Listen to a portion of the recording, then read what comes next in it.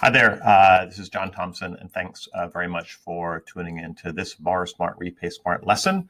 I'm the team lead here at TG Loans, and again, thanks for the opportunity to kind of teach you something new, and I hope you enjoy it. Today we're going to be talking about capital gains, and we're going to be talking about, what are capital gains, how are they calculated, how are they paid, so I'm trying to get rid of this, and how can you potentially reduce those capital gains over time. So let's kind of get into some more. So capital gains are essentially the gain in value on real estate. It doesn't really matter if that real estate is something you own as a primary home or if it's an investment property or commercial property, any type of real estate. The gain is simply the difference between what you sold the property for minus your purchase price, and you can exclude capital improvements. So if you bought a home for $200,000 and you sold it for $400,000, that's a $200,000 gain. However, if you put $100,000 of improvements into it, then your gain is actually only $100,000. You can subtract the cost of sale. All right. So for our purposes, so we're sort of just looking at that simple calculation. And then when are they paid and when they do? Well, both the state and the federal government both want their piece of that. The taxes are typically due the next year. However, in some states, in California, at the sale of commercial or investment real estate, the state of California requires escrow companies to hold back a certain portion of a small percentage that they hold in case you owe taxes. And so you can watch for that, and there are ways around it. However, just be aware that that can happen when you're going to sell the real estate. All right, so there's different considerations for primary residence versus an investment property. We're going to touch on a little bit of those. There's different tax rates between long-term and short-term gains. So long-term is anything more than 1 year. Short-term is considered less than 12 months. And so again, it doesn't really matter if it's a primary home or investment property. You're looking at long and short term. Long-term capital gains taxes are lower than short-term. Short-term are taxed at a higher level. And then we're going to talk a little bit about the what we're going to call mitigation options, which is really just a fancy way of saying we want to reduce the taxes that are due.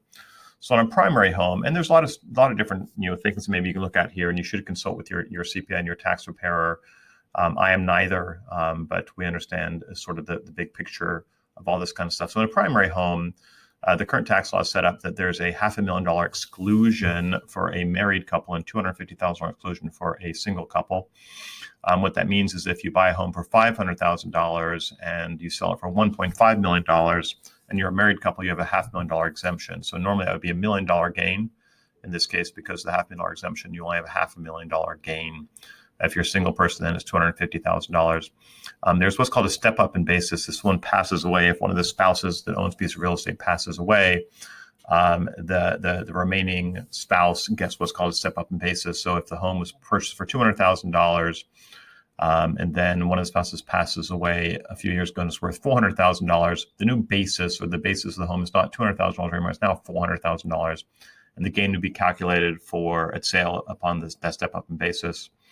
And investment properties, there's a couple of different options there. And again, you want to get with the tax or investment professional.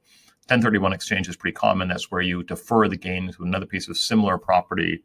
There's all sorts of strategies within that. It doesn't have to be the same type of property. It can be what's called a tenants in common exchange, or it can be, you can go from a single family to a commercial property or commercial property to 8 units and sort of things like that.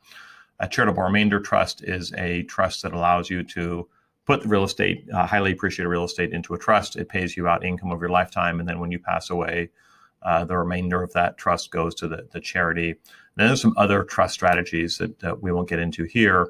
But again, get with a planning professional around those sorts of things. All right. So that's it. So that's capital gains. Thank you very much for the chance to give you a little quick lesson on that.